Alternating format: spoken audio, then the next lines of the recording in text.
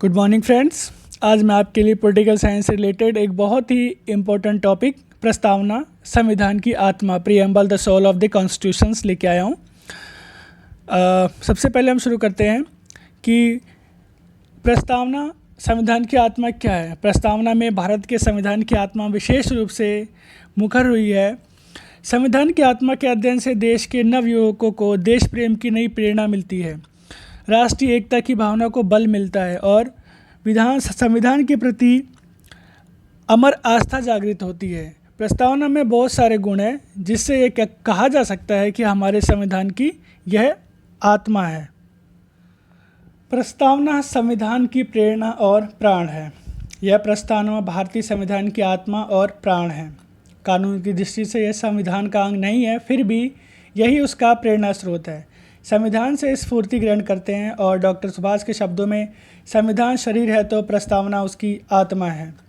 प्रस्तावना आधारशिला है तो समर्थन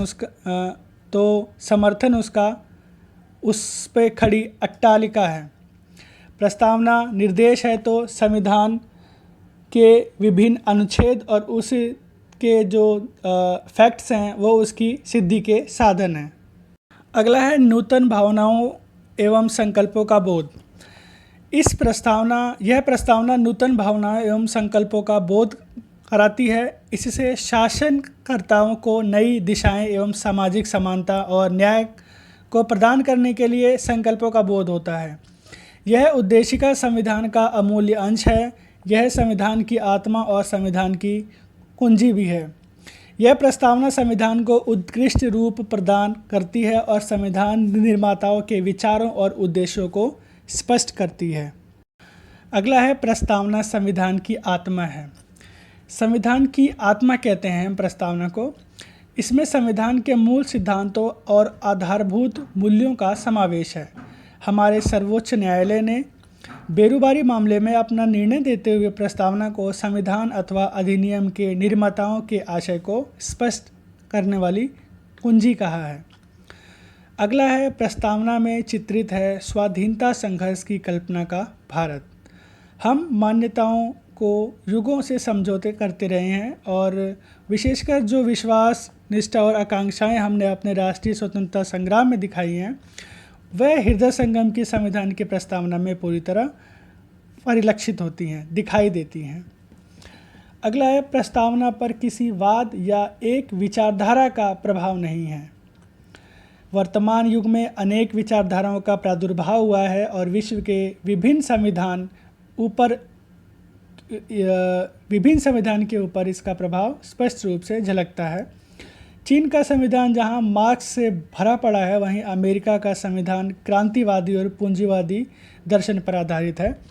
भारतीय संविधान किसी एक विचारधारा से बंधा हुआ नहीं है। संविधान की प्रस्तावना में समस्त प्रचलित विचारधाराओं के श्रेष्ठ तत्वों को निचोड़कर इसे एक प्रस्तावना में प्रस्तुत न्याय और सिद्धांत व्यवहार के लिए इसका उपयोग किया गया है। अगला है भारतीय क्रांति की सूत्रधार प्रस्तावना। संविधान की प्रस्तावना पर फ्रांसीसी, रूसी और अमेरिकी क्रांति का प्रभाव झलकता है। यह बात सर्वविदित है कि फ्रांस की क्रांति स्वतंत्रता, समानता और भ्रातृत्व पर जोर देती है। सोवियत क्रांति आर्थिक समानता पर और अमेरिकी क्रांति व्यक्तिगत स्वतंत्रता पर जोर देती है। भारतीय संविधान की प्रस्तावना में अंतर्निहित सामाजिक, आर्थिक और राजनीतिक न्याय की धारणा में तीनों ही क्रांतिकारियों का समन्वय किया गया है। अगला है प्रस्तावना में चित्रित है भावी भारत का स्वरूप। प्रस्तावना संविधान निर्माताओं की कल्पना के भारत के रूप को प्रकट करती है। संविधान निर्माताओं की योजना यह थी कि आर्थिक और राजनीतिक लोकतंत्र को एक ऐसा लक्ष्य माना जाए जिस तक हमें पहुंचना है। प्रस्तावना में निहित लक्ष्य आज भी हमारी राष्ट्रीय आदर्श हैं और युग युग से प्रत्येक सरकार को उसकी प्राप्ति के लिए सतत प्रयास करना होगा। आशा आपको वीडियो पसंद आई होगी। वीडियो को देखने के लिए धन्यवाद। प्लीज़ लाइक और सब्सक्राइब ज़रूर करें।